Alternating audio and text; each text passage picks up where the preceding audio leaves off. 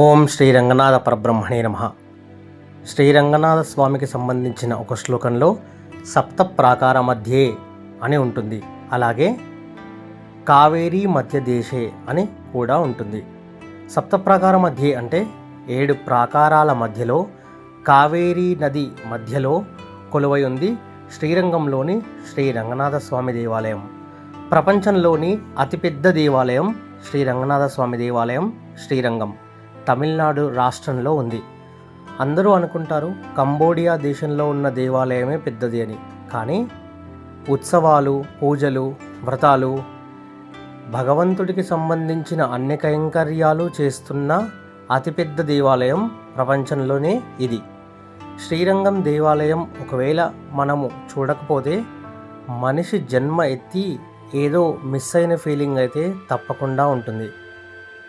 ఈ దేవాలయంలో శ్రీ రంగనాథ స్వామి పూజలు అందుకుంటూ ఉంటున్నారు.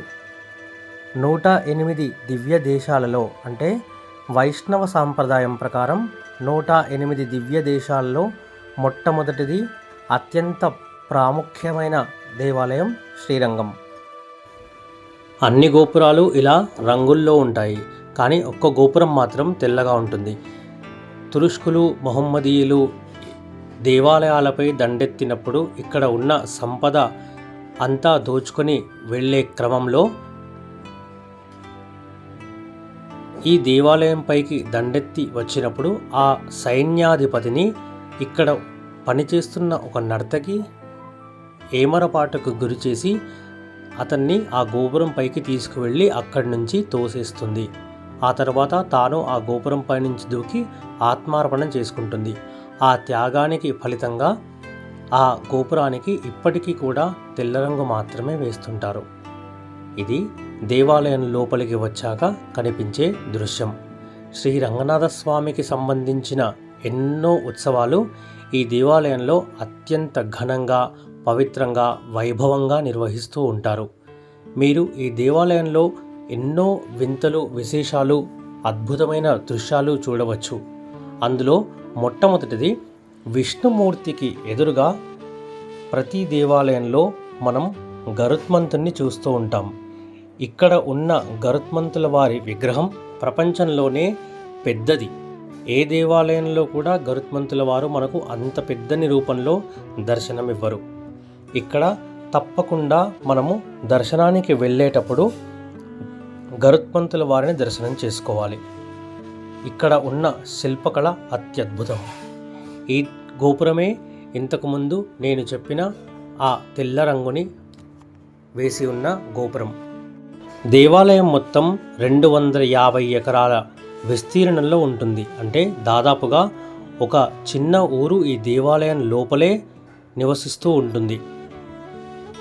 ప్రతి గోపురం కూడా ఆకాశాన్ని అంటుతున్నంత పెద్దగా ఉంటుంది. ఇక్కడి శిల్పకళ అత్యద్భుతం.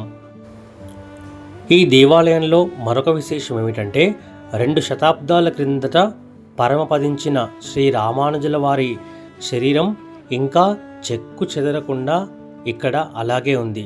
రామానుజుల వారి దివ్య శరీరాన్ని కూడా మనం ఇక్కడ దర్శించవచ్చు. సాయంత్రం వేళ దేవాలయం ఎంతో అద్భుతంగా అనిపించింది.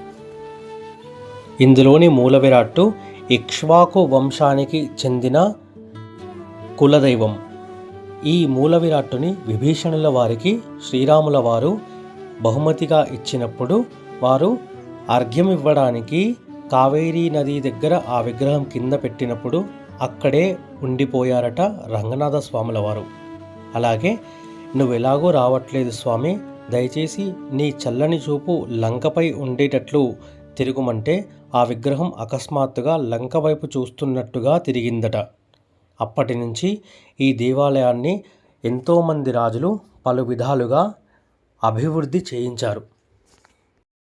ప్రతి ఒక్కరూ తప్పకుండా శ్రీరంగంలోని శ్రీ రంగనాథ స్వామి దేవాలయాన్ని సందర్శించాలి. ఓం శ్రీ రంగనాథ పరబ్రహ్మణే నమః.